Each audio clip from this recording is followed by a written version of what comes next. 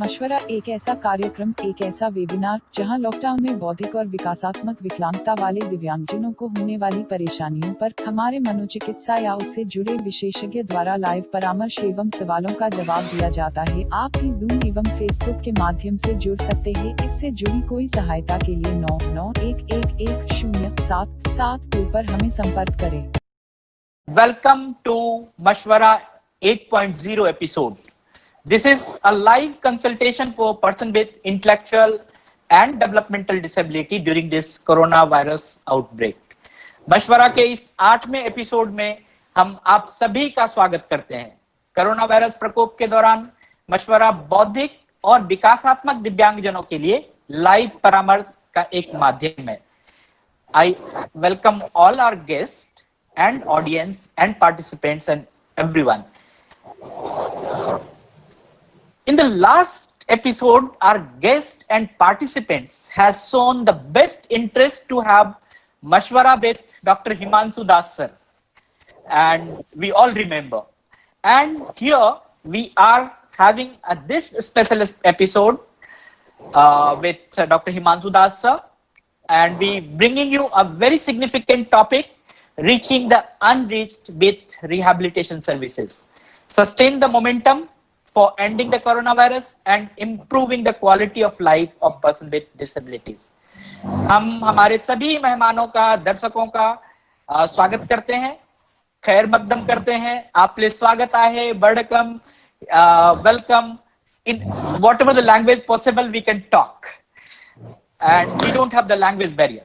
So हमारे मेहमानों ने और सभी प्रतिभागियों ने डॉक्टर हिमांशु दास सर के साथ मशवरा में शामिल होने के लिए अपनी बहुत सारी रुचि दिखाई थी। हमारे पास बहुत सारे मैसेज आए और आज हम हाजिर हैं इस विशेष एपिसोड में एक महत्वपूर्ण विषय के साथ, जो पुनर्वास सेवाओं के साथ दूर दराज तक व्यापकता लाने का अभियान शुरू करने से संबंधित है। और ये आज का जो एपिसोड है, हो सकता है कि ये मील का पत्थर साबित हो। हम सभी कोरोना वायरस को समाप्त करने के लिए, दिव्यांगजनों की जीवन में गुणवत्ता सुधार के लिए निरंतर प्रयास कर रहे हैं और इसके बारे में हम लोग चर्चा भी करते हैं।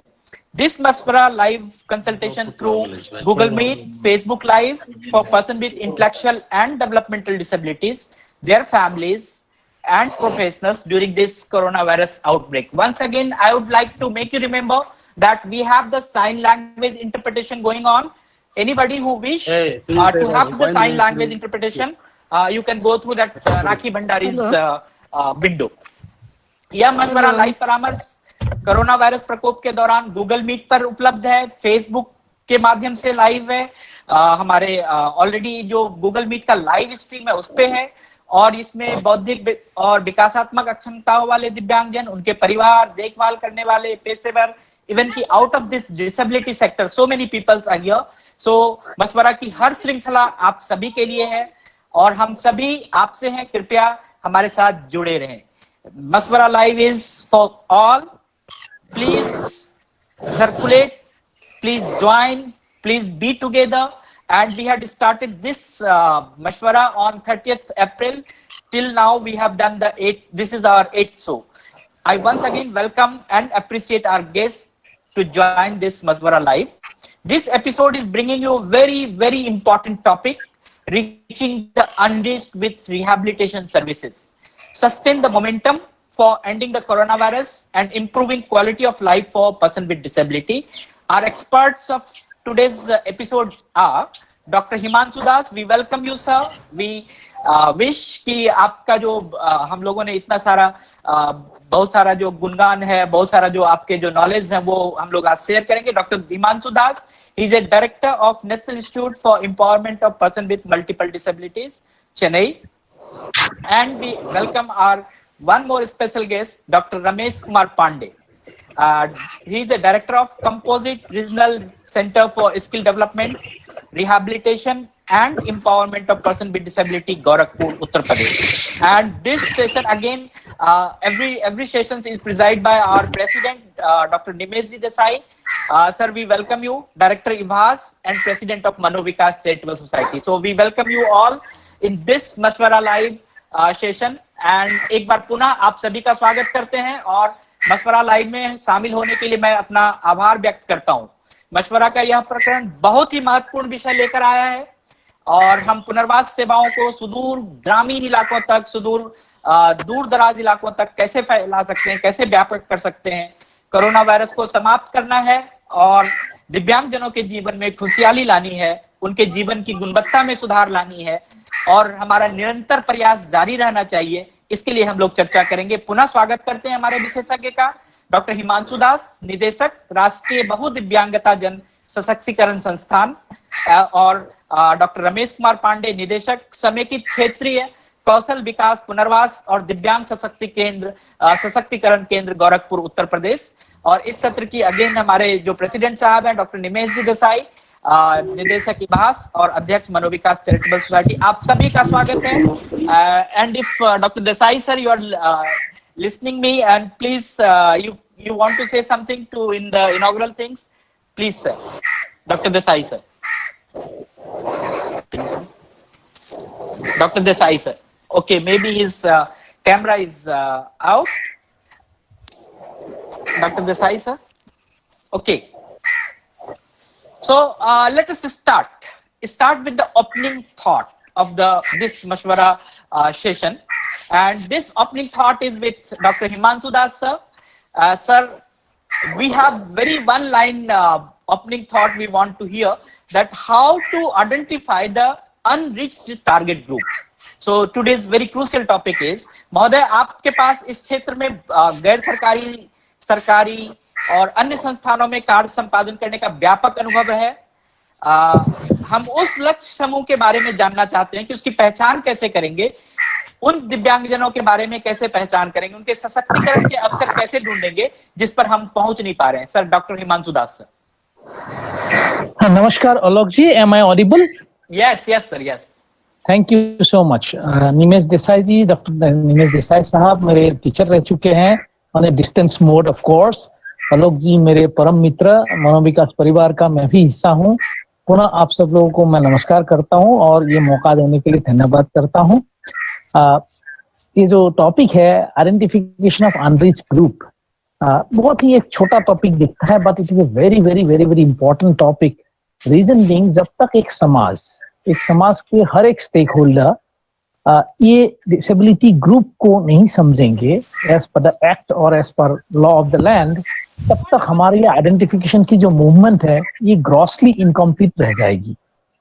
Because by and large, when I meet my students, meet different professionals, I find there is a conceptual problem in understanding the concept of disability, benchmark disability, high support need disability, diagnosed disability, certified disability, and the new RPWD Act disability. एक line में अगर कहना चाहे, किसी में थोड़ा बहुत भी जब भी कोई किसी भी प्रकार की कमी रहती है तो उनको भी इस एक्ट के अंदर कवर्ड है अंडर द डिसेबिलिटी। मुझे अगर 10-20% भी कोई डिसेबिलिटी है और मेरे साथ कोई अन्याय होता है socially, still this act can protect me, so that is disability. Benchmark disability, जिनको मेडिकली असेस करके हम लोग कहते हैं कि 40% इनमें डिसेबिलिटी है, that time we use the word benchmark disability. High support need disability, again another category, जिस कैटेगरी को क्लासिफाई करेंगे तब जब group of professionals, group of experts मिलकर कहेंगे कि ये इंसान अपना स्वयं देखभाल नहीं कर सकते हैं, स्वयं के डिसीजन लेने में ये कामयाब नहीं है, इनको सपोर्ट की जरूरत होती है, उनको हम HSN high support need disability कहते हैं। देन कम्स डायग्नोस्ड डिसेबिलिटी, जिन डिसेबिलिटी को हम लोगों ने डॉक्टर के पास पहुंचाया है, मेडिकल बोर्ड के पास पहुंचाया है, जिनकी डायग्नोसिस हो चुकी है, that is another category. Then finally comes certified disability, जिन्होंने गवर्नमेंट ऑफ इंडिया की नॉर्म्स के आधार पर या स्टेट नॉर्म्स के आधार पर सर्टिफाइड हो गए हैं, सर्टिफाइड डिसेबिलिटी कहते हैं उनको। और उसमें आप देखेंगे अभी बहुत सारा नया डिसेबिलिटी में इतने सारे नए डिसेबिलिटी एक्ट जुड़ गए हैं, तो नया RPWD एक्ट वाला डिसेबिलिटी ग्रुप, इन सबको अलग अलग तरीके से हमारे समाज को, सारे स्टेक होल्डर्स को समझना पड़ेगा जब हम आइडेंटिफिकेशन की बात करेंगे। हालांकि UDID ऑनलाइन प्रोग्राम्स अभी कोविड के टाइम में भी people can apply, some people are applying still. RBS के राष्ट्रीय बाल स्वास्थ्य कार्यक्रम की तरफ से मैसिव प्रोग्राम कोविड के पहले चल रहा था। हर एक डिस्ट्रिक्ट में, गांव-गांव में एक एक बच्चे की पहचान हो रही थी RBS की तरफ से, और जिन बच्चों में थोड़ी बहुत भी कमी खामी पाई गई थी उन बच्चों को डिस्ट्रिक्ट अर्ली इंटरवेंशन सेंटर जो काफी डिस्ट्रिक्ट्स में एस्टेब्लिश हो गए हैं, उनको डिस्ट्रिक्ट अर्ली इंटरवेंशन सेंटर तक पहुंचाया जाता था। ये था प्री कोविड वाले स्टेटस। नया नया डिस्ट्रिक्ट अर्ली इंटरवेंशन सेंटर भी बनते जा रहा है। लेकिन कोविड के समय के आप अगर ट्रेंड देखेंगे, कोविड के समय में किस टाइप का identification trend reaching the unreached में चल रहा है, उसमें आप देखेंगे कहीं ना कहीं मुझे लगता है कोविड के समय में बीपीएल की आइसोलेट, बिलो पॉवर्टी लाइन वाले जो पॉपुलेशन है वो कहीं ना कहीं मुझे लगता है आइसोलेटेड हो गए हैं। माइग्रेंट पॉपुलेशन, उनको हम रीच नहीं कर पा रहे हैं, तो another isolated population is the migrant population. Then there comes a floating population, जो इधर उधर से मान लीजिए आसाम से दिल्ली आए हैं काम करने के लिए, फिर दिल्ली से पुणे चले गए, इस टाइप के काम करने वाले पॉपुलेशन को हम फ्लोटिंग पॉपुलेशन कहते हैं। वो भी आइसोलेशन के अंदर है कोविड के समय में। और जो लोगों के पास ICT, information communication technology, smartphone वगैरह के साथ जो जुड़े हुए नहीं है, उस वक्त वो भी मुझे लगता है कोविड के ये इंक्लूसिव जो ट्रेंड चल रही है रीचिंग द अनरीच्ड, उसमें वो भी आइसोलेशन के तहत हैं। ऑन द कॉन्ट्ररी, जब आप सिटीज में देखेंगे, हम लोग इंक्लूजन देख रहे हैं एक पर्टिकुलर ग्रुप का, जो अनरीच ग्रुप है उसको हम रीच कर पा रहे हैं in the cities, in the urban areas. वो है, एक है आपका नेट सर्फिंग पॉपुलेशन, जो लोग इंटरनेट बहुत ज्यादा सर्फ करते हैं, नेट सर्फिंग पॉपुलेशन ज्यादा जुड़ गए हैं ये कोविड के टाइम में, बिकॉज शायद उनको ज्यादा समय मिला है घर में बैठ के नेट सर्फिंग करने का, और हमसे ज्यादा से ज्यादा जुड़ पा रहे हैं। हमारे जितने भी डिसेबिलिटी सेक्टर के इंटरनेट वगैरह है, आपकी यूट्यूब्स है या वेबसाइट वगैरह है, उनके सर्फिंग पॉपुलेशन बहुत बढ़ गए हैं। सोशल मीडिया कनेक्टेड पॉपुलेशन, एक और ग्रुप इंक्लूजन होते जा रहे हैं दिन भर में, हम लोग देखते जा रहे हैं every other day, that is the social media connected population. एक पॉपुलेशन जो अक्सर सोशल मीडिया से कनेक्टेड रहते हैं, व्हाट्सएप ग्रुप में है, फेसबुक में है, वो सारे ग्रुप जो है कोविड के टाइम में कहीं ना कहीं इंक्लूड हो रहे हैं। तो ये तो होगी आपकी मोटा मोटा बात जो आइडेंटिफिकेशन एंड अनरीच्ड ग्रुप के बारे में मैं कहना चाह रहा हूँ। लेकिन by and large, whether it is COVID, pre COVID और पोस्ट कोविड, आप एक देखेंगे massive group of people are yet not identified, yet not diagnosed और yet not certified. Reasons whatever, मैं चाहूंगा इसके लिए एक ही रास्ता है, वो है एक अभियान चलाने का, एक फ्लैगशिप प्रोग्राम चलाने का, एक नेशनल मूवमेंट चलाने का। अनलेस ऑल द स्टेट्स और सारे एनजीओज और ऑल द स्टेक होल्डर्स मिलके, जैसे हम लोगों ने पल्स पोलियो अभियान को सक्सेसफुल बनाया है हमारे देश में इतने सालों बाद, एक मैसिव अभियान के जरिए एक फ्लैगशिप प्रोग्राम बना के, एक नेशनल मूवमेंट बना के इन सारे ग्रुप को, disability group, benchmark disability group, high support need, diagnosed disability, इनको सबको सर्टिफिकेट देना है। न्यू एक्ट के अंदर जितने डिसेबिलिटी आया है उनको लाने का हमें एक स्पेशल प्रोग्राम बनाना पड़ेगा। Alok ji, I think this is good enough for your initial thought. Thank you so much sir. Yes, very good, very good. Yes, आपने बहुत ही अच्छे से आपने एक एलोबरेट किया है कि डिसेबिलिटी में ही हम अगर देखें तो पर्सन विथ बेंचमार्क डिसेबिलिटी है, person with high support need है, person with other kind of disabilities है, जिसको सर्टिफिकेट या जिसको सर्टिफिकेट नहीं मिल पाया है, वो भी है। So and also you have highlighted, this is a very important topic, there are the schemes like Rashtriya Bal Suraksha scheme, RBS is the राष्ट्रीय, what is the full form of RBS sir? राष्ट्रीय बाल स्वास्थ्य कार्यक्रम, राष्ट्रीय बाल स्वास्थ्य कार्यक्रम एंड ऑल। इसमें हमारे बहुत सारे दिव्यांग बच्चे, दिव्यांग जन बहुत सारे अदर कार्यक्रम में जुड़े हैं। लेकिन अभी भी जब कोविड-19 के सिचुएशन में देखते हैं तो बहुत ही लोग हमारे सर्विसेज से दूर हैं। हम आप सभी से निवेदन करेंगे कि आपका कोई भी क्वेश्चन होता है, कोई भी सवाल होता है, आपका सवाल सुझाव का हम हमेशा स्वागत करते हैं। हम फेसबुक और गूगल पे भी लाइव स्ट्रीम के माध्यम से लाइव हैं। कृपया मैसेज बॉक्स में आप अपना प्रश्न और सुझाव लिखें। हमारे पास कुछ ईमेल भी प्राप्त हुए हैं और मैं देख रहा हूं कि वो व्यक्ति यहाँ पर हैं। मैं आपका भी सवाल लूंगा। मैं पहले मैं जाना चाहूंगा डॉक्टर रमेश पांडे जी के पास। You are a young and dynamic officer now and we acknowledge your hard work and efforts in providing rehabilitation services through your government provisions in CRC Gorakhpur.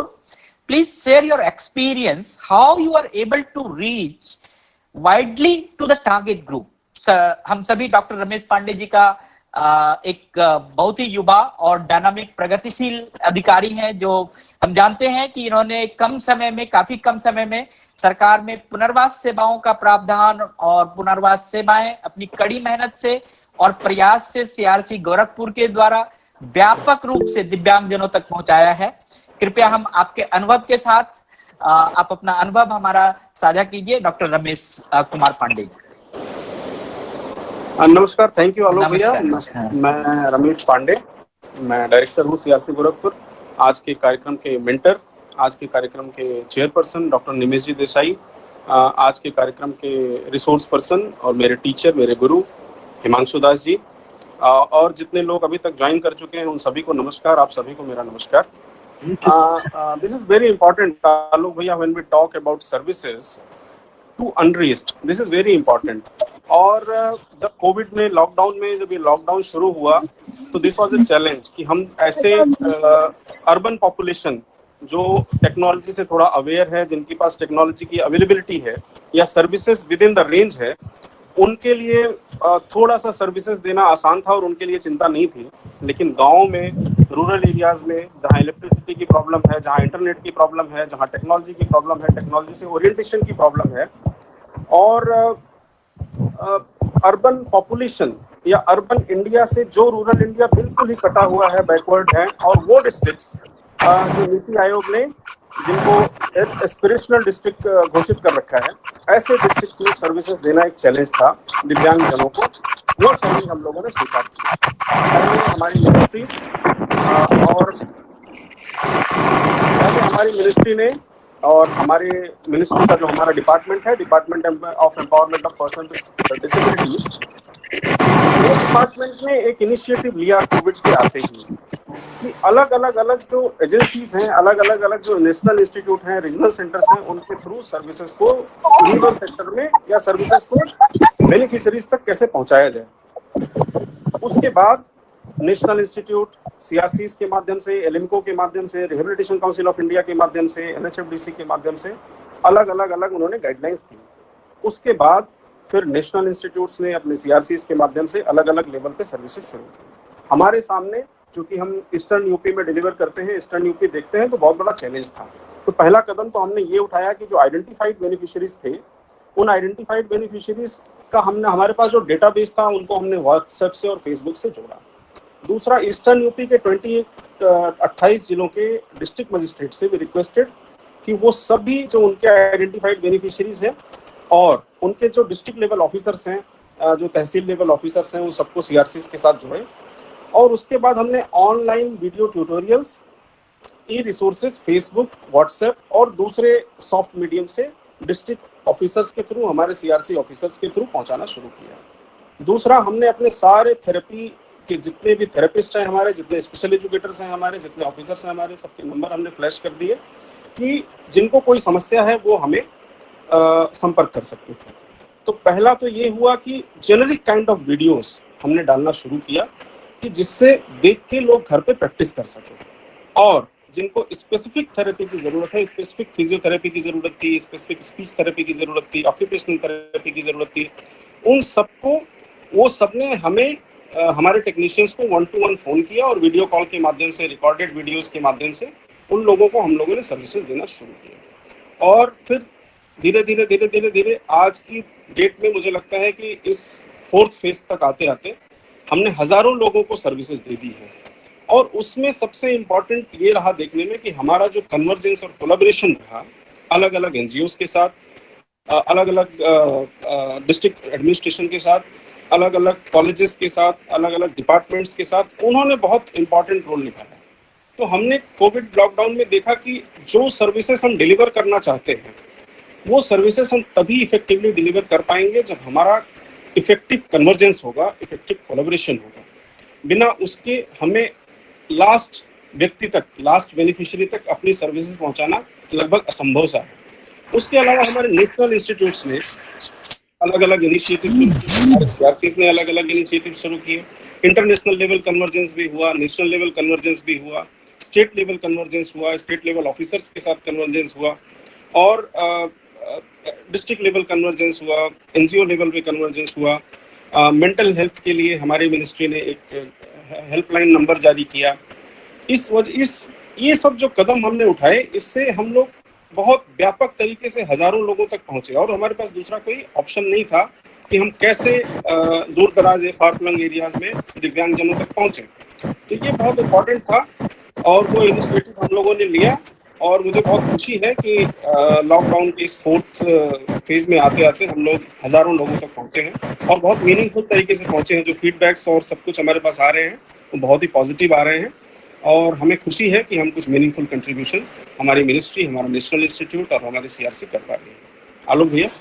या thank you Ramesh ji, thank you. Ramesh sir ने बहुत ही अच्छे से एक बहुत ही effective convergence की बात कही।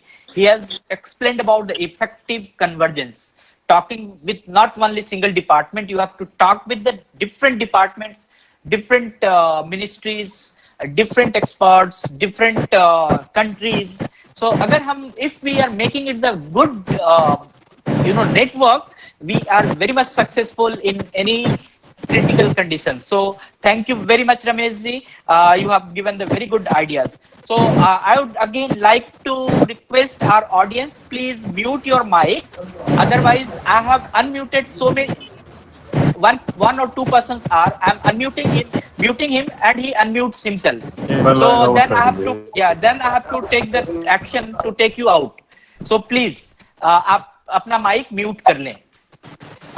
मैं मनोविकास की तरफ से आप सभी का फिर से स्वागत करता हूं जो अभी अभी जुड़े हैं हमारे साथ। Manovikas is virtually open with Manovikas e Gyanshala and other tele counselling programmes. आपको अगर मनोविकास की कोई भी सेवा तो मनोविकास.family पर विजिट कर सकते हैं। मनोविकास वस्तुतः कोविड-19 के दौरान मनोविकास ई ज्ञानशाला और अन्य टेली काउंसलिंग कार्यक्रमों के साथ खुला हुआ है। मैं विनय जी हैं, एक विनय भाटिया जी हैं, उनका आज सुबह भी एक प्रश्न आया था, पिछले भी मशवरा में प्रश्न आया था। विनय जी, अगर आप प्रश्न पूछना चाहते हैं तो डायरेक्ट आप वही प्रश्न पूछें जो हमें लिख के भेजा था। विनय भाटिया जी। विनय भाटिया जी, आप सुन पा रहे हैं हमें? या अन्य किसी को भी कोई प्रश्न पूछना हो तो आप प्लीज आप you can ask your question please. Vinay ji, okay, so maybe the people will drop their questions in their message box. In our message box, you can drop your questions and we can ask the questions later on. So we observe that the services and involvement of NGOs and civil societies in disability sector and disability movement during this COVID-19 are very good, and we can say that so many NGOs are coming forward. Dr. Himanshu Das sir, how you acknowledge their efforts? Even this Mashwara series is from the Manovikas as an NGO. COVID-19 के दौरान दिव्यांगजन सशक्तिकरण के क्षेत्र में दिव्यांगता के प्रबंधन के लिए गैर सरकारी संगठन काफी आगे आए हैं। सिविल सोसाइटियों का योगदान, उनकी भागीदारी का अवलोकन हम कर रहे हैं, हम देख रहे हैं कि लोग भागीदारी कर रहे हैं। डॉक्टर हिमांशु दास सर, आप उनके प्रयास को कैसे स्वीकारते हैं? यहाँ तक कि मशवरा का यह श्रृंखला भी मनोविकास से है, जो कि एक एनजीओ से है, उसी को एनजीओ ही संपादित कर रहा है। तो डॉक्टर हिमांशु दास सर।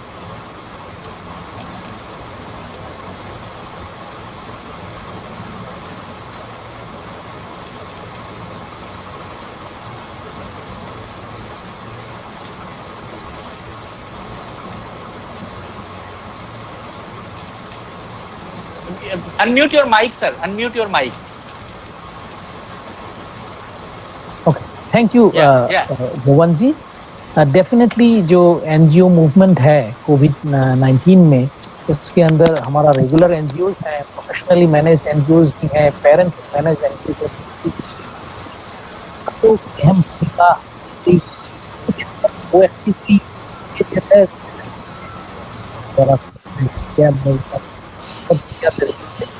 इलाहाबाद और किया है।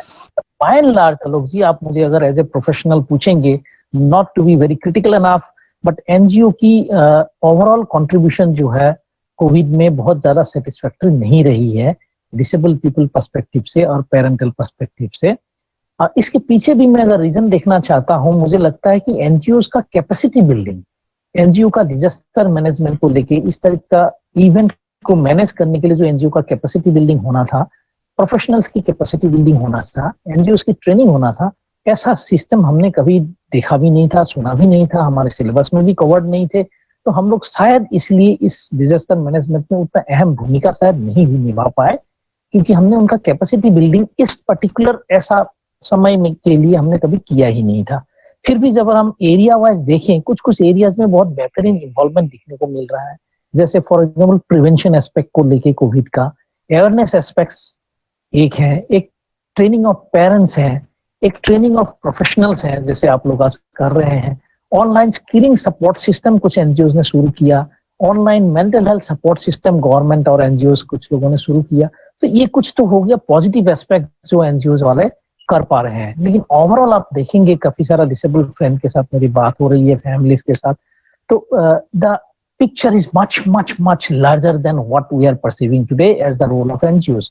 बस आप देखेंगे disability versus the relief measures, इसके ऊपर आप लोगों ने सुना भी नहीं होगा अभी तक कि डिसेबल्ड व्यक्ति लोगों के लिए are we ensuring food, shelter and effective migration, इसके ऊपर बातचीत ही नहीं हो रही है। अब मुझे यकीन है ये जो आप दिन भर में सुन रहे हैं, बहुत सारे लोगों की दुर्दशा चल रही है माइग्रेटिंग पॉपुलेशन का, इन लोगों की फूड, शेल्टर और इनकी माइग्रेशन वगैरह के ऊपर हम लोगों ने सोचा नहीं है डिसेबल लोगों का। सेकंड, नॉर्मल लोगों का जो हेल्थ चैलेंजेस है, प्रोपोर्शनेटली आप अगर डिसेबल लोगों का हेल्थ चैलेंजेस देखेंगे, दिव्यांगजनों का, वो हेल्थ चैलेंजेस बहुत ज्यादा होती है। वो हेल्थ चैलेंजेस कैसे मीट करे? कोविड के टाइम में हमारे पास गाड़ी नहीं है,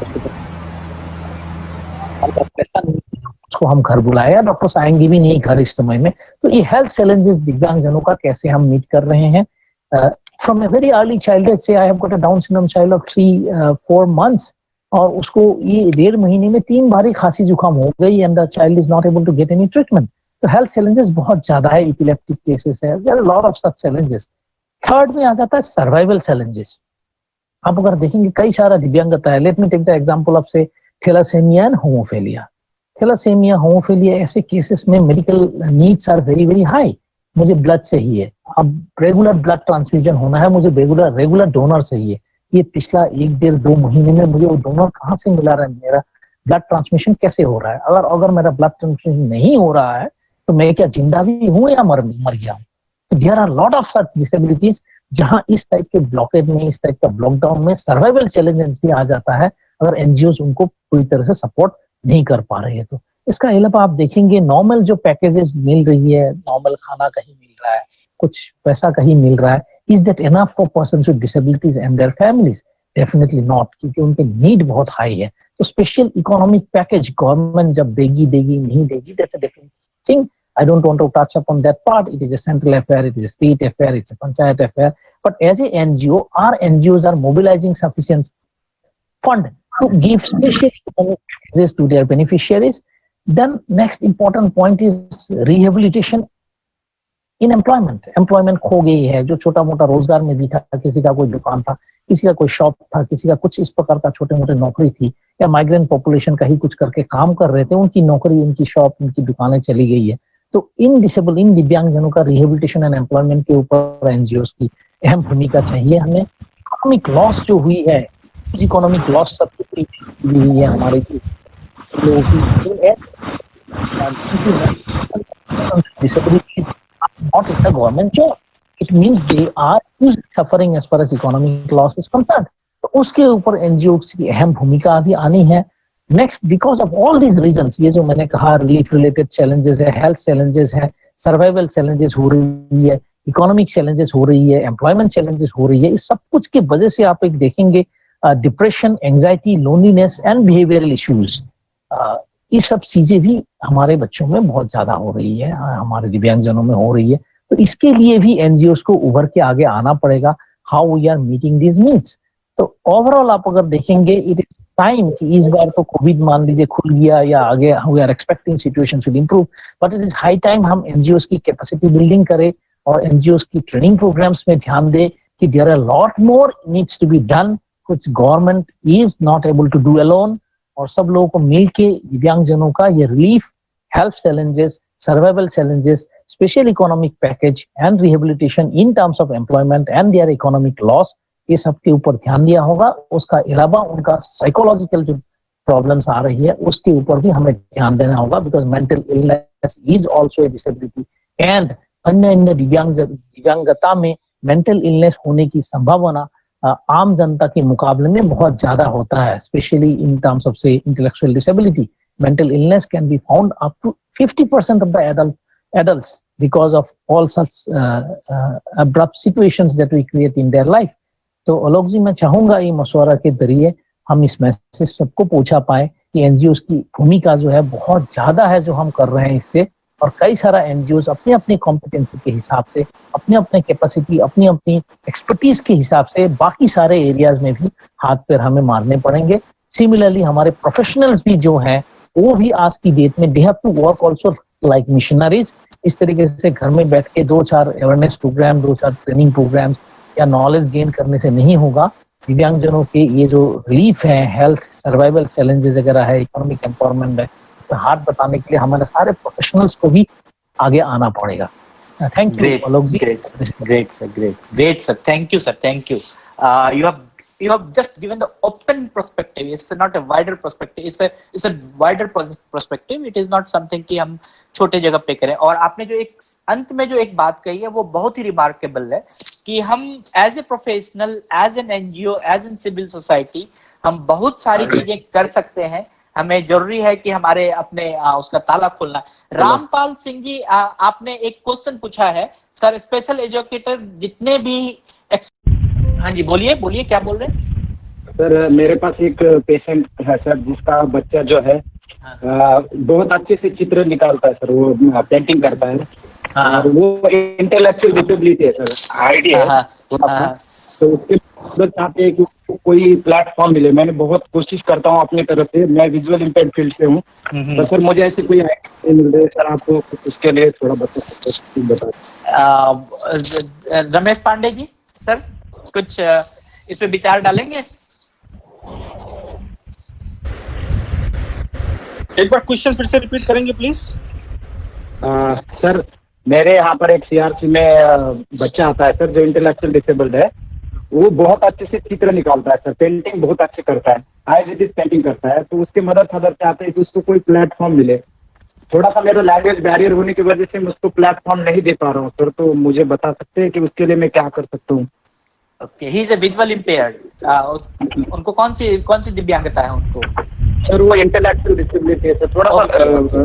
हाँ जी सर, लेकिन चित्र बहुत अच्छे निकालता है सर, बहुत. Okay, the person he is intellectual disability, he is a good painter and he wants the question the person asks कि what are the platforms where he can show his talent. या रमेश पांडे जी, उसमें 2-3 चीजें हैं जो बहुत important है. एक तो वो बच्चा कहाँ है और उसके आसपास वो किस इंस्टीट्यूशन से लिंक्ड है या नहीं है. अगर वो किसी स्कूल से, किसी स्किल डेवलपमेंट सेंटर से या किसी शेल्टर होम से या किसी भी फॉर्मल सेटअप से अगर जुड़ा हुआ है तो उनके माध्यम से वो नियरेस्ट डीडीआरसी को, नियरेस्ट सीआरसी को वो अप्रोच कर सकते हैं, और या नियरेस्ट नेशनल इंस्टीट्यूट को अप्रोच कर सकते हैं, जिससे इनकी जो पेंटिंग कंपटीशन, अलग अलग लेवल पे पेंटिंग कंपटीशन होते रहते हैं हमारे सेटअप्स में, तो उसमें उनको इंक्लूड किया जा सकता है. दूसरा, बहुत सारे फॉर्मल कॉम्पिटिशन्स होते हैं फॉर पर्सन विद डिसेबिलिटीज, जिसमें अलग अलग लेवल के कॉम्पिटिशन्स होते हैं. उसकी इंफॉर्मेशन हमारे पास होती है. अगर वो हमसे कांटेक्ट करेंगे तो हम उनको उसकी इंफॉर्मेशन टाइम पे देते रहेंगे. दूसरा, हमारे ट्रेनर्स जो हैं, हमारे जो टेक्नीशियंस हैं, वो अगर उन तक हमारे तक उनकी रीच बनेगी तो हम उनको टेक्निकल ट्रेनिंग देके उस पर्टिकुलर स्किल में एम्पावर कर सकते हैं, मदद कर सकते हैं. या उनके नियरेस्ट अगर कोई एनजीओ है, दिस इज वेरी इंपॉर्टेंट, कि अगर कोई नियरेस्ट एनजीओ है जो पर्सन विद डिसेबिलिटीज के लिए काम करती है, वो उनसे जुड़ के वो हमसे जुड़ सकते हैं. और एनजीओ की capacity building is very important, जो अभी हम कोविड में कर रहे हैं. कि अगर कोई पेरेंट एसोसिएशन है, अगर कोई डिसेबल्ड पीपल ऑर्गेनाइजेशन है या कोई लोकल लेवल एनजीओ है, तो उनके जो ट्रेनर्स हैं, उनके जो टीचर्स हैं, उनके जो टेक्निकल स्टाफ है, उनकी हम कैपेसिटी बिल्डिंग करते हैं ऑनलाइन माध्यम से. तो इस कोविड में हम उनको भी कैपेसिटी बिल्डिंग करके और उनको वो रास्ता बता सकते हैं कि वो उनके साथ उस पेंटिंग विधा में उनको कैसे ट्रेन करें और कैसे आगे बढ़ाएं। तो ये Very good. बहुत इंपॉर्टेंट है। लोकल लेवल पे उनको कांटेक्ट करना होगा, फिर हमसे या जो भी नियरेस्ट गवर्नमेंट सेंटर हैं या सिविल सोसाइटी ऑर्गेनाइजेशन है उनसे कांटेक्ट करके उनको आगे बढ़ा सकते हैं। Very good, great. So thank you. I can hear that we all can monitor and do social audit of any activity. हम सभी का दायित्व है कि हम ऐसे किसी भी सामान्य गतिविधि, योजना या दिव्यांगजन को शामिल होने वाले योजनाओं, कार्यक्रम में शामिल होए और सोशल ऑडिट करें। हमें निगरानी रखनी है कि कौन सी संस्था कौन सा काम कर रहा है, किस तरह से काम कर रहा है। So I am going into the next further topic. We can monitor, we can do social audit और of any activity and general schemes, programs involving the person with disabilities. Even the Rights of Person with Disability Act, Section 48, has the provision of social audit. So Ramesh Pandey ji, Dr. Ramesh Pandey ji, what is your suggestion? How we can, we all can reach to this unreached using this social audit kind of things? हम सभी का दायित्व है, हम सभी ऐसी गतिविधियों में, योजनाओं में जो दिव्यांगजन से संबंधित है उसमें भाग ले सकते हैं, उनका सामाजिक ऑडिट कर सकते हैं, उन पे निगरानी रख सकते हैं। यहाँ तक कि हमारे पास जो आरपीडी एक्ट है उसके सेक्शन 48 में सोशल ऑडिट का भी प्रावधान है। सो डॉक्टर रमेश पांडे जी, आपके सुझाव में हम व्यापक रूप से इन दिव्यांगजन तक कैसे पहुंच सकते हैं by using some even the rights also? Please sir. ये बहुत इंपॉर्टेंट है जो आप सेक्शन 48 आरपीडब्ल्यूडी एक्ट की बात कर रहे हैं भैया। वो स्टेट गवर्नमेंट या एप्रोप्रिएट अथॉरिटीज को ये अथॉरिटी है हमारे एक्ट के हिसाब से कि वो प्रोविजंस की, एक्ट्स की, पॉलिसीज की, जो भी पॉलिसी डॉक्यूमेंट्स हैं या जो भी स्कीम्स हैं उसकी ऑडिटिंग कर सकते हैं। इसके अलावा जो आप कह रहे हैं कि कैसे पहुंचा जाए या कैसे निगरानी की जाए, ये बहुत इंपॉर्टेंट है।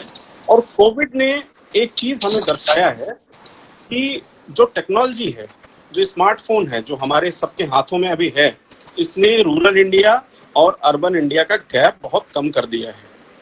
और इसके बाद भी जिनके पास स्मार्टफोन्स नहीं हैं, या जैसा अभी डॉक्टर हिमांशु दास जी ने कहा कि माइग्रेंट्स जो सबसे ज्यादा सफर कर रहे हैं इस कोविड की वजह से, उन तक कैसे पहुंचा जाए, वो उसकी पॉसिबिलिटी जो हमने देखी कि जितना माइक्रो लेवल पे, जितना ग्रास रूट लेवल पे जाके आप कोलैबोरेशन करेंगे, क्योंकि सर्विसेज डिलीवर कर पाना किसी नेशनल इंस्टीट्यूट के लिए, हमारे मंत्रालय के लिए, सीआरसीज के लिए, डीडीआरसीज के लिए it is not at all possible कि हम सब तक पहुंच जाएं। तो जब तक इफेक्टिव कन्वर्जेंस इफेक्टिव लेवल पे, अलग अलग लेवल पे नहीं होगा, बिना कन्वर्जेंस के हमारी रीच नहीं होगी। उसमें सबसे इंपॉर्टेंट रोल है सिविल सोसाइटी ऑर्गेनाइजेशन का। आलोक जी, जैसा आप ये प्रोग्राम कर रहे हैं, मशवरा इसका, जो पेरेंट एसोसिएशंस हैं, जो डिस्ट्रिक्ट अथॉरिटीज हैं, जो डिसेबल पीपल ऑर्गेनाइजेशंस हैं, डीपीओज हैं, उनके थ्रू कन्वर्जेंस करके हम अलग अलग लेवल तक पहुंच सकते हैं। और दूसरा, ये माइग्रेंट्स जो हैं, इन तक पहुंचना बहुत इंपॉर्टेंट है। जैसा अभी हिमांशु जी ने कहा कि मेंटल हेल्थ इशू एक बहुत बड़ा चैलेंज है जो इन माइग्रेंट्स में या घर पे रह रहे पर्सन विद डिसेबिलिटीज में हो रही है। एक तो सस्टेनेबल थेरेपी की जरूरत है जो घर पे रह के उनको नहीं मिल पा रही है। हम लोग हालांकि उनको ऑनलाइन प्रदान करने की पूरी कोशिश कर रहे हैं, लेकिन कई बार बहुत सारी टेक्निकल थेरेपीज, बहुत सारी टेक्निकल चीजें जो हम उनको तक नहीं पहुंचा पा रहे हैं, उसके लिए एनजीओस के साथ कोलैबोरेशन, सिविल सोसाइटी ऑर्गेनाइजेशंस के साथ इफेक्टिव कन्वर्जेंस होना है, ग्रास रूट लेवल पे कन्वर्जेंस होना है, डिस्ट्रिक्ट अथॉरिटीज को बहुत इंपॉर्टेंट रोल प्ले करना है, और ये जो माइग्रेंट्स हैं उनका data appropriate service delivery agency तक, सर्विस डिलीवरी करने वाली एजेंसी तक पहुंचाना है, और हमें टेक्नोलॉजी के माध्यम से उन तक पहुंचना है। साथ ही साथ अभी कुछ क्वेश्चंस आ रहे थे कि रिहैब प्रोफेशनल का रोल, ये बहुत इंपॉर्टेंट है, क्योंकि हर रिहैब प्रोफेशनल को एक कैरियर बनना है, इंफॉर्मेशन का कैरियर बनना है, सर्विस एप्रोप्रिएट सर्विस डिलीवरी का कैरियर बनना है। तो जो जहाँ पे है वो आसपास अपनी कम्युनिटी में अगर ये कर ले कि हमारे पास आसपास अगर कोई दिव्यांग बच्चा है तो उस तक हम उसको जो जरूरी है वो एप्रोप्रिएट सर्विसेज कैसे पहुंचा सकें या सर्विसेज से लिंक कर सकें। सो sharing of knowledge, sharing of information, linkages with the appropriate agency and schemes, ये बहुत इंपॉर्टेंट है। सो district level, parent association, disabled people organisations, साथ ही साथ जो हमारी स्कीम्स है उसके बारे में अवेयरनेस, और नेशनल इंस्टीट्यूट सीआरसी के जो एफर्ट्स हैं उनके साथ लगातार जुड़े रहना, ये बहुत इम्पोर्टेंट है। अभी एक चीज और जोड़ना चाहूंगा, गोपाल कृष्ण अग्रवाल जी कहते कि अर्ली इंटरवेंशन सेंटर हमारे यहाँ पूर्वी उत्तर प्रदेश में नहीं है। कल लखनऊ के दिव्यांग उत्तर प्रदेश के दिव्यांग कल्याण मंत्री के साथ हम लोगों की एक मीटिंग थी। सो बहुत जल्दी ही हम लोग अर्ली इंटरवेंशन सेंटर लेके गोरखपुर में आ रहे हैं। Great. And I would like to request Ramesh ji, please give your something in 2 or 3 lines in English, what you have spoke now.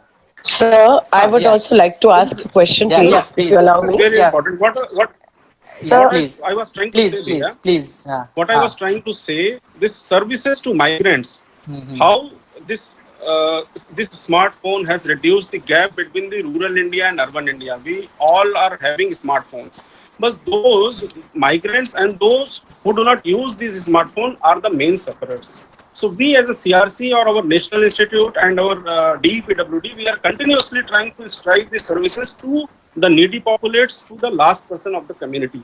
It is not at all possible with a bunch of manpower to reach to the person with disabilities in rural sectors or the backward sections. So what we are doing, we are collaborating extensively with parent associations, with disabled people organizations, with NGOs, with civil society organizations, and even district authorities. And we are collecting the data of actual beneficiaries. We are reaching them through webinars. We are reaching them through social media. We are reaching them through WhatsApp, Facebook.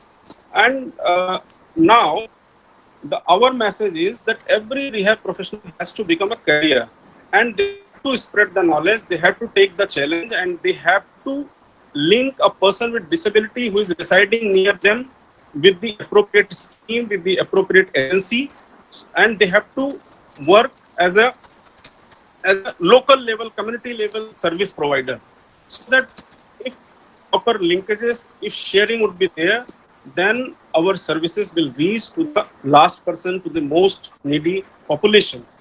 So these are the basic things we need to do to reach the unreached population. Great. Thank you. So somebody was asking the question. Please. Yes, sir. Sir, you identify yourself first.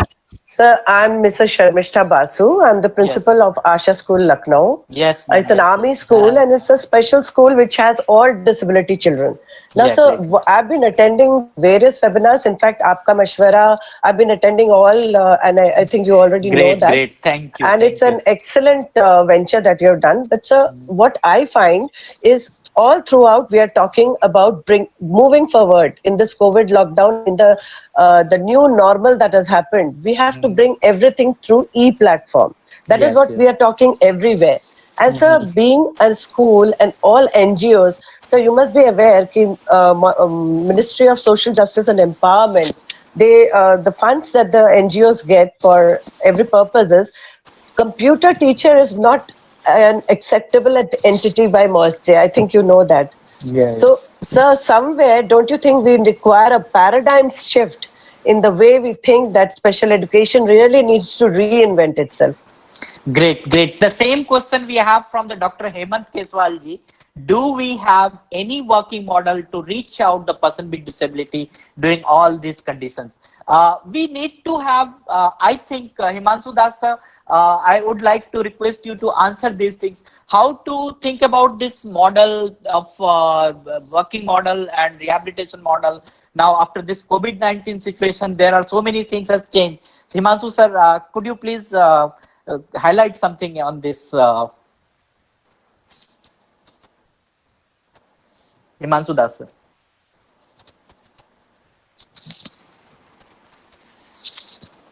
Yeah. Himanshu Das sir? Namaskar, Alok. Namaskar. Tele rehab program, video program, radio rehab program और online rehab program, ये सारे चीजें जो है piloting में है with many of the NGOs, many of the national institutes. I hope, अब उसको हमने कभी सीरियसली उतना लिया नहीं था. हेल्थ में तमिलनाडु में हमने एक्सपेरिमेंट किया था in the health module tele health medicine that emerged as a massive success उसके साथ हम लोगों ने रिहेबिलिटेशन को भी, टेली रिहैब को भी जोड़ने की कोशिश की है अभी। Many national institute, many INGOs इस काम में अभी लगे हैं और इसको हमने कभी सीरियसली लिया नहीं था, थिंकिंग दैट इंडिया में शायद इस टाइप के चीजें, स्मार्टफोन, ऑनलाइन, ये सब चीजें शायद कामयाब नहीं होंगे। But with this covid lockdown में जो भी नया चैलेंज आया है, with the new life that we are going to have post covid, I think वो जितने भी हमारे पायलट प्रोजेक्ट थे वो इम्प्लीमेंट होंगे और इसको अलग प्लेटफॉर्म में लिया जाएगा। And all this national institute, CRCs and INGOs and big NGOs will come up with tele rehab program.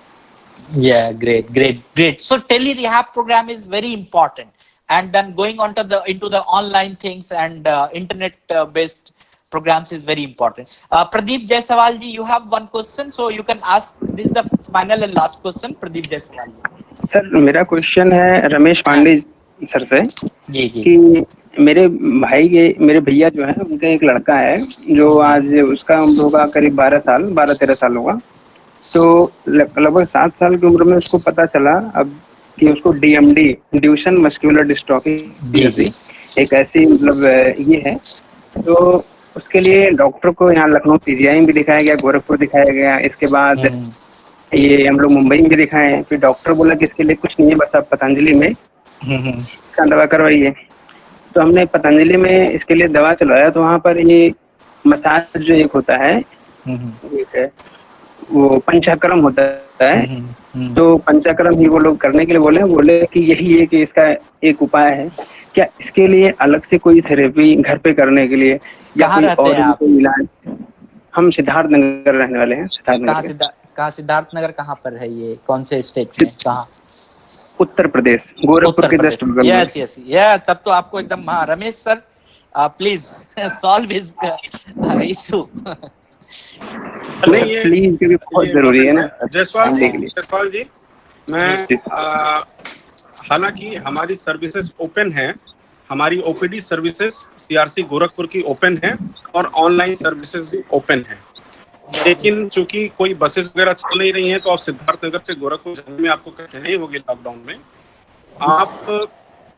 मैं आपको बता रहा हूं और सभी को बता रहा हूं, आप CRC GKP ऑफिशियल हमारा फेसबुक पेज है, CRC GKP ऑफिशियल, आप उस पर चले जाएं। उस पे हमारे फिजियोथेरेपिस्ट का नंबर है। नहीं सर, हम आ सकते हैं, हमारे यहाँ से गोरखपुर 60 किलोमीटर। अगर आप आ सकते हैं तो गोरखपुर शहर में, मेन शहर में गोलघर है, वहाँ पे सीतापुर आई हॉस्पिटल बहुत फेमस है। सीतापुर आई हॉस्पिटल में ही CRC संचालित हो रही है। आप CRC आ सकते हैं, बहुत अच्छा है। हमारी सर्विसेज ओपन है। सैटरडे संडे CRC बंद रहती है, बाकी आप वीकडेज में कभी भी आ सकते हैं अगर गवर्नमेंट हॉलीडेज ना हुई तो। Great. So thank you sir. एक बार एड्रेस फिर से बोल दीजिए। आपको मैं एड्रेस इसी चैट बॉक्स में रमेश जी को बोलूंगा कि वो मैं लिख देता हूं चैट में, आपको मिल जाएगा। Okay sir. Okay, so thank you very much and we have shared link. हाँ जी, हेलो। हाँ, मैं क्वेश्चन है। Okay, Binay Bhatia ji, I'll take your question. This is the last, and I'll request everyone, please, you write your questions in that message box.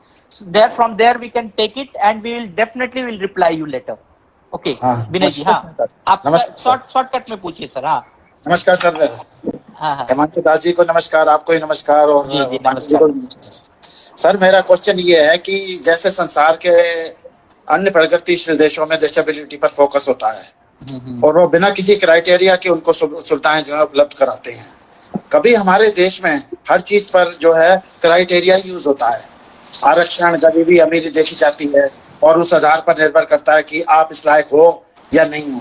आज तक आजादी के 73 साल बाद भी हम कहाँ हैं, ये सोच का बड़ा विषय है। पेरेंट्स तो इतने दुखी होते ही हैं, साथ में प्रोफेशनल भी बिना नौकरी के बहुत धक्के खा रहे हैं। आज हम डिसेबिलिटी सर्टिफिकेट तक नहीं बनवा सकते, तो हम 73 साल की आजादी के बाद क्या इस चीज को सोच सकते हैं कि हमारे डिसेबल्ड लोगों के लिए, हमारे पेरेंट्स के लिए बहुत भारी काम हो रहा है।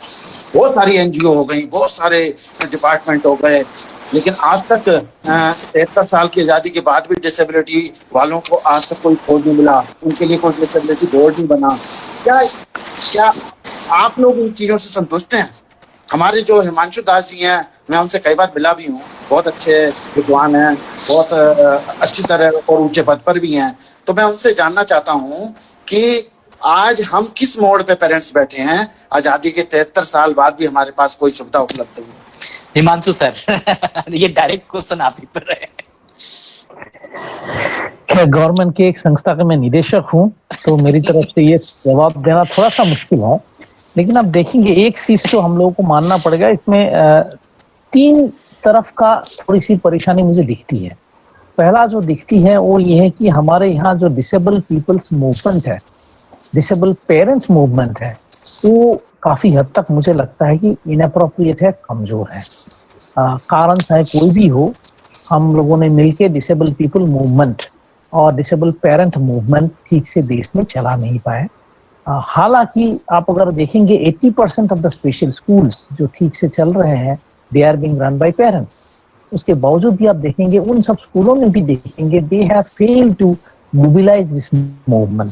कई सारे पेरेंट एसोसिएशन में जानता हूँ वो इस चीज को मोबिलाइज नहीं कर पा रहा। तो पहला तो ये होगा कि हमें जागरण लाना पड़ेगा, डिसेबल पीपल मूवमेंट और डिसेबल पीपल पेरेंट मूवमेंट एक जागरण करना पड़ेगा। डिस्कशन मैंने कहा है एक बात कि ये जो सर्टिफिकेशन है बेंचमार्क डिसेबिलिटी के लिए, हाई डिसेबिलिटी के लिए, डायग्नोसिस के लिए, इसके लिए जो मैंने पहले पार्ट भी कहा था, एक अभियान, एक फ्लैगशिप प्रोग्राम, एक नेशनल मूवमेंट चलाने की आवश्यकता है, उसके ऊपर हमें ध्यान देनी पड़ेगी। और तीसरा, एक कॉन्फ्यूजन जो अभी भी समाज में फैला हुआ है, हालांकि गवर्नमेंट को ये चीज पता है, लेकिन समाज में ये चीज फैला हुआ है, क्योंकि ये चीज जब मैं प्रोफेशनल्स को पूछता हूँ, एनजीओ से पूछता हूँ, लोगों को पूछता हूँ, तो डिसेबिलिटी प्राइमरीली किसका काम है? दिव्यांगजनों का सेवा या सर्विसेज देना प्राइमरीली कौन सा गवर्नमेंट का काम होता है? तो ये हमारे काफी लोगों को पता ही नहीं है कि ये बेसिकली एक स्टेट गवर्नमेंट, लोकल गवर्नमेंट का काम होता है। तो लोकल गवर्नमेंट की जो एक्सपीरियंस है, लोकल गवर्नमेंट की जो परफॉर्मेंस है, वो बहुत हद तक डिपेंड करते हैं दिव्यांगजनों को कहाँ तक ले जाएंगे। मैं साउथ में काम करता हूँ, दक्षिण भारत में पिछले मैं 5 साल में काम कर रहा हूँ। अगर आप केरल के स्थिति, तमिलनाडु की स्थिति और उसके साथ अगर कई अन्य राज्य का आप स्थिति को तुलना करेंगे तो आपको लगेगा it's a huge difference. Kerala is doing very well. Tamil Nadu is infrastructurally doing very very well. लेकिन हम जब वही चीजें हम दूसरे कई स्टेट में देखते हैं तो हमें बहुत कमजोर मिलता है। लेकिन कई सारा छोटे मोटे एरियाज में कई बार बहुत अच्छा प्रोग्रेसिव डेवलपमेंट मिलता है। जैसे एडवोकेसी एंड लीगल राइट के मामले में बिहार है, लास्ट 3-4 ईयर्स में बिहार बहुत अच्छा काम कर रहा है advocacy and legal rights. Similarly कई और स्टेट है, जैसे अंडमान निकोबार, छोटा सा आइलैंड है, they are trying to do very well in inclusive education. तो मुझे लगता है ये स्टेट का रोल को समझना, हमारे सारे एनजीओज को अपना स्ट्रेंथन करना कैपेसिटी, क्योंकि इंटरनेशनल फंडिंग बहुत है, कॉर्पोरेट फंडिंग बहुत है, हमारे एनजीओ छोटे छोटे हैं, गरीब एनजीओज हैं, पेरेंट एसोसिएशन गरीब है, डिसेबल पीपल एसोसिएशन गरीब है, वो फंड मोबिलाइजेशन नहीं कर पा रहे हैं, गवर्नमेंट से कई बार फंड ले नहीं पाते हैं क्योंकि उनको टेक्निक्स प्रोसीजर्स ठीक से पता नहीं है। गवर्नमेंट के इम्प्लीमेंटेशन में कई बार लूप होल्स है, क्योंकि हमारे एडवोकेसी फोरम जितने भी हैं वो कमजोर हैं, हमारे कमिश्नर्स के साथ एनजीओज की लाइजनिंग कमजोर है। तो कई सारा चीज, it's a mix up complex issues, जिसके वजह से कई सारा दिव्यांगजनों को सफर करना पड़ रहा है। हालांकि उसके बावजूद भी आप देखेंगे पिछले कुछ सालों में एक अलग टाइप का मूवमेंट आया है। इसको पर्टिकुलर गवर्नमेंट के ऊपर तो एट्रीब्यूट कर ही सकते हैं। इसका अलावा आप देखेंगे कई सारा सीआरसीज, कई सारा national institute, district early intervention centre और नई तरीके से अभी डीडीआरसीज की रिवाइवल की बात चल रही है, डिस्ट्रिक्ट डिसेबिलिटी रिहेबिलिटेशन सेंटर्स की रिवाइवल की बात चल रही है। तो ये डिस्ट्रिक्ट डिसेबिलिटी रिहेबिलिटेशन सेंटर्स अगर 700 कंट्री में हो जाएंगे तो सेंट्रल गवर्नमेंट की रोल जो है वो काफी प्रमुख हो जाएगा। तो मीनवाइल मैं चाहूंगा जब तक स्टेट और सेंट्रल गवर्नमेंट आरपीडब्ल्यूडी एक्ट को पूरी तरह से इंप्लीमेंट करे, तब तक इट इज हाई टाइम कि पेरेंट्स, डिसेबल पीपल एसोसिएशन और सिविल सोसाइटी हम लोग थोड़ा सा अपना capacity building and competency building के ऊपर काम करें। थैंक यू आलोक जी।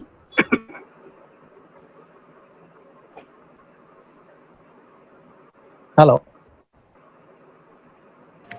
दिल्ली के बारे में आपका क्या विचार है सर?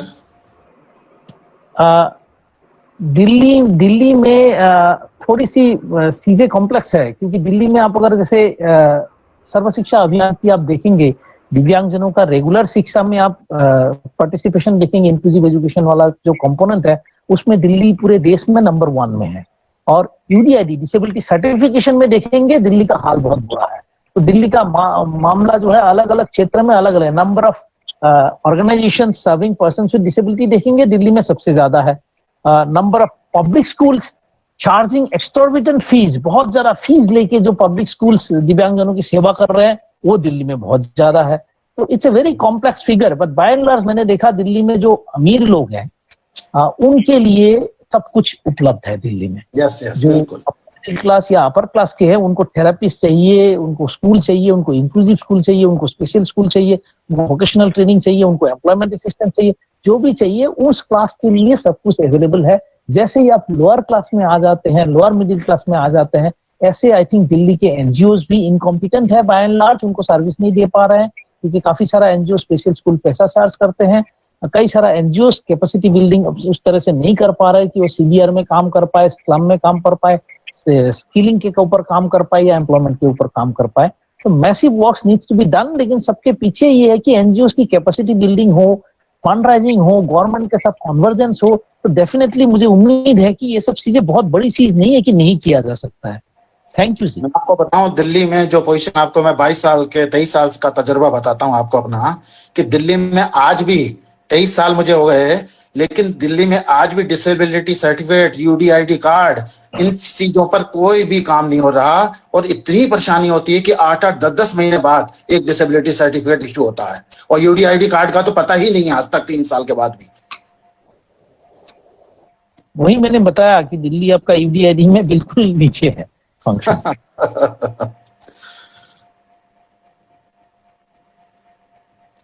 हाँ जी आलोक जी, आगे बढ़ेंगे।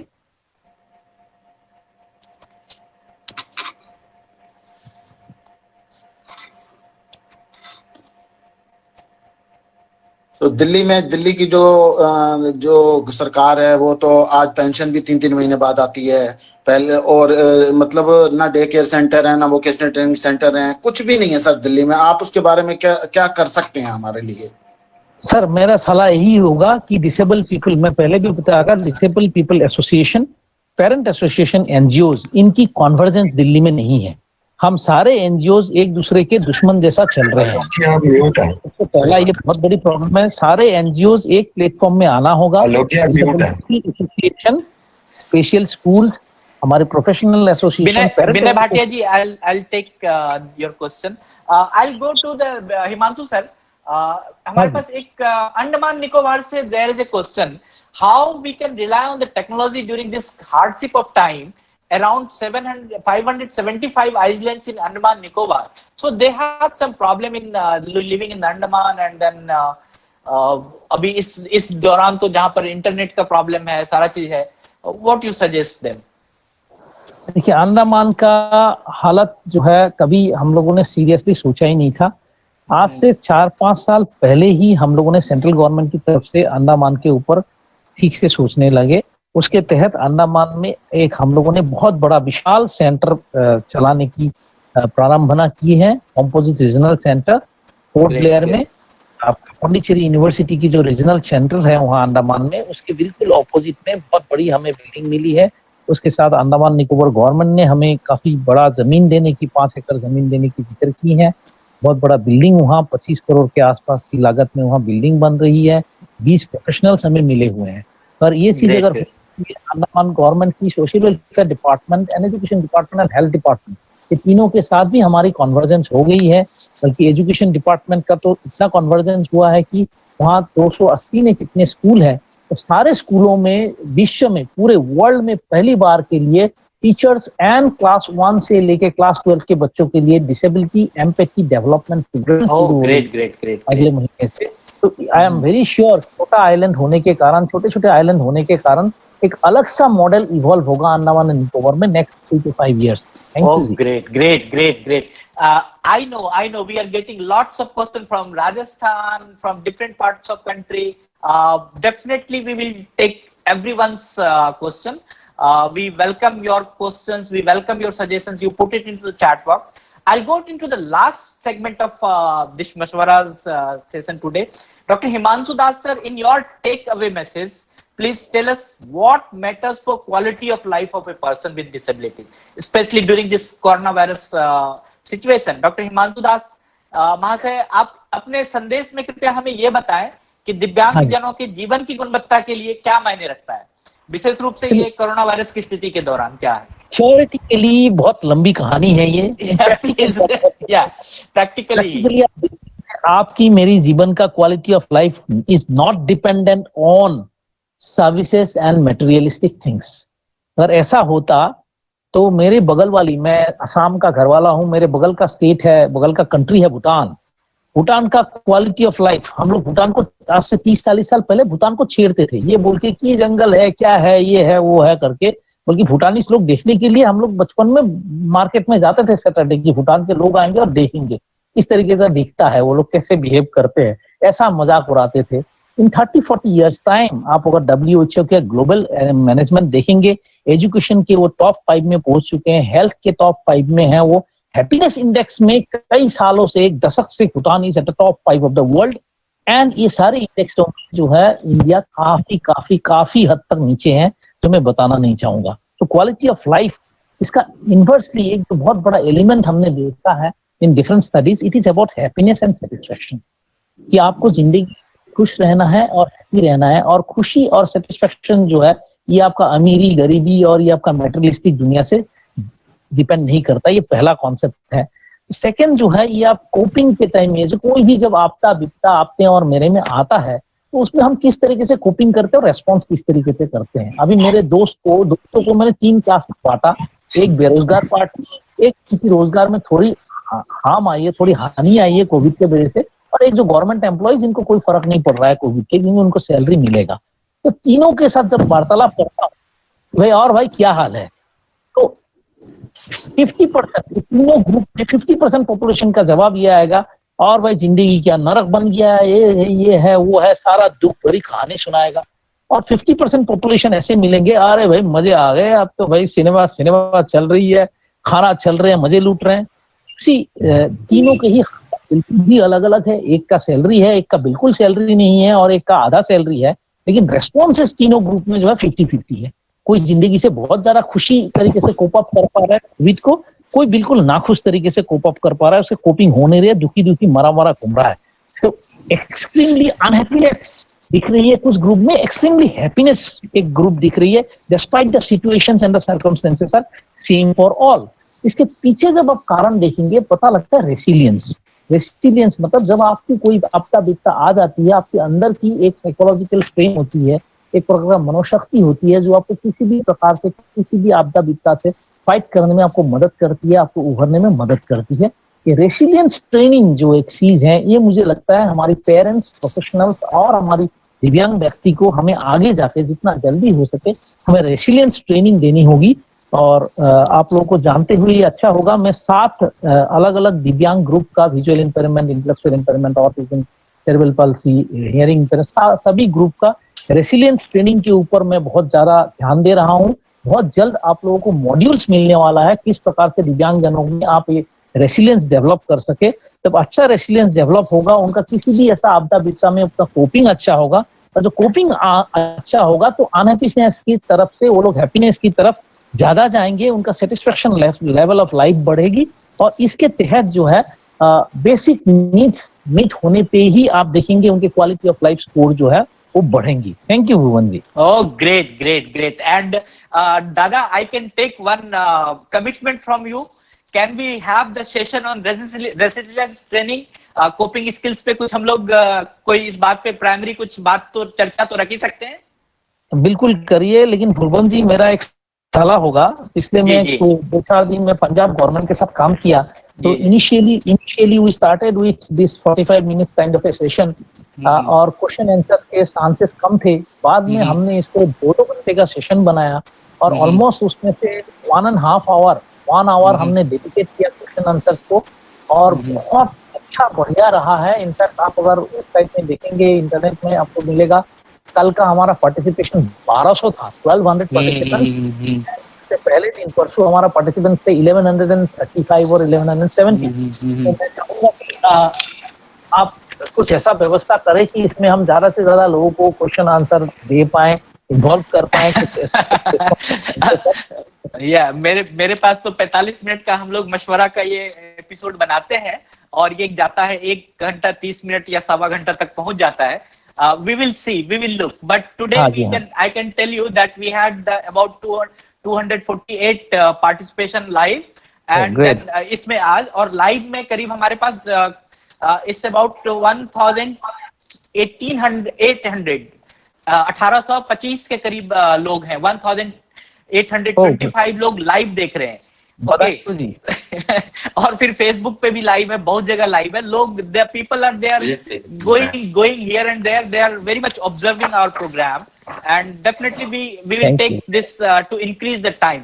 I would like to tell you, we have shared the link of feedback and certificate in the link box, and this link is open till 60 minutes, so you can send your feedback. Please do not share this link to other. If you don't receive certificate through this link, please share your email ID on mashwara mashwara@manovikas.family.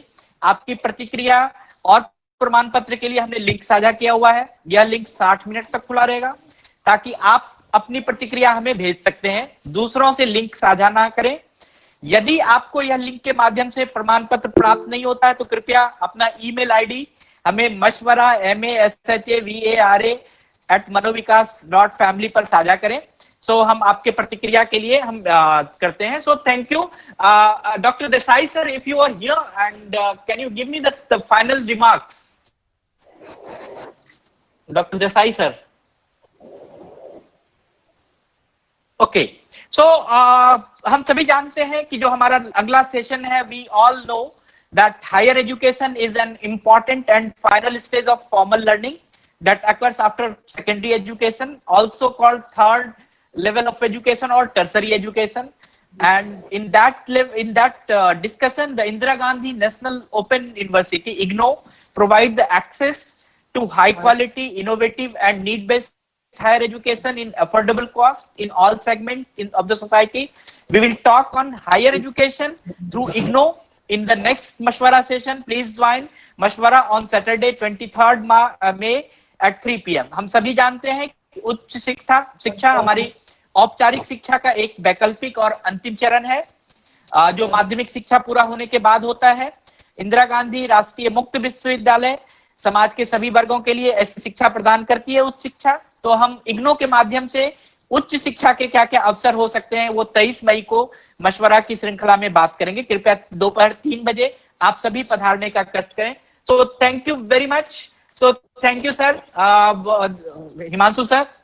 धन्यवाद जी, धन्यवाद. I deemed it a great honor to host this 8th episode with you, Himanshu sir.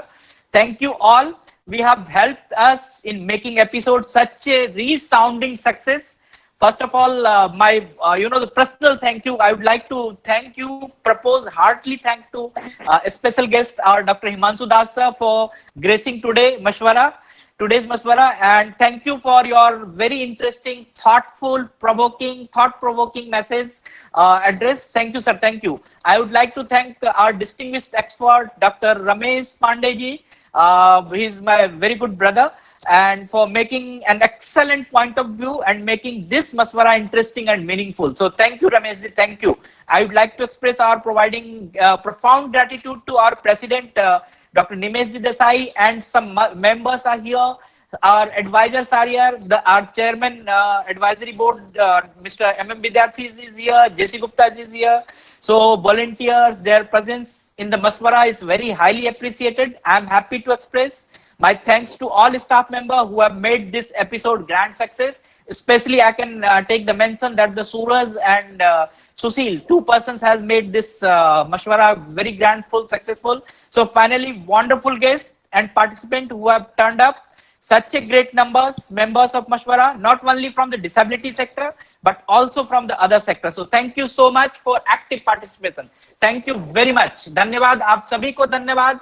मैं सभी को इस मशवरा के episode में मेजबानी करने के लिए धन्यवाद देता हूं, सम्मान करता हूं. हमारे विशेषज्ञ डॉक्टर हिमांशु दास सर को हार्दिक धन्यवाद. मैं विशिष्ट अतिथि, विशिष्ट विशेषज्ञ रमेश पांडे जी का भी आभार व्यक्त करता हूं. उन्होंने एक उत्कृष्ट दृष्टिकोण दिया है और मशवरा को बहुत काफी इंफॉर्मेटिव बनाया है. मैं अपने अध्यक्ष डॉक्टर निमेश जी देसाई, हमारे सलाहकार सदस्य, स्वयंसेवक, मशवरा में उपस्थित होने के लिए आपका गहरा आभार व्यक्त करता हूं, कोटि कोटि धन्यवाद करता हूं। मैं सभी स्टाफ सदस्यों का आभार व्यक्त करता हूं, खुशी से आभार व्यक्त करता हूं जिन्होंने मशवरा की इस कड़ी को शानदार सफलता दिलाई है। अंत में सभी सम्मानीय मेहमान प्रतिभागी जो न केवल इस दिव्यांगता क्षेत्र से हैं बल्कि अन्य क्षेत्र से भी हैं, आप सभी का सक्रिय भागीदारी के लिए बहुत बहुत धन्यवाद। बहुत बहुत धन्यवाद।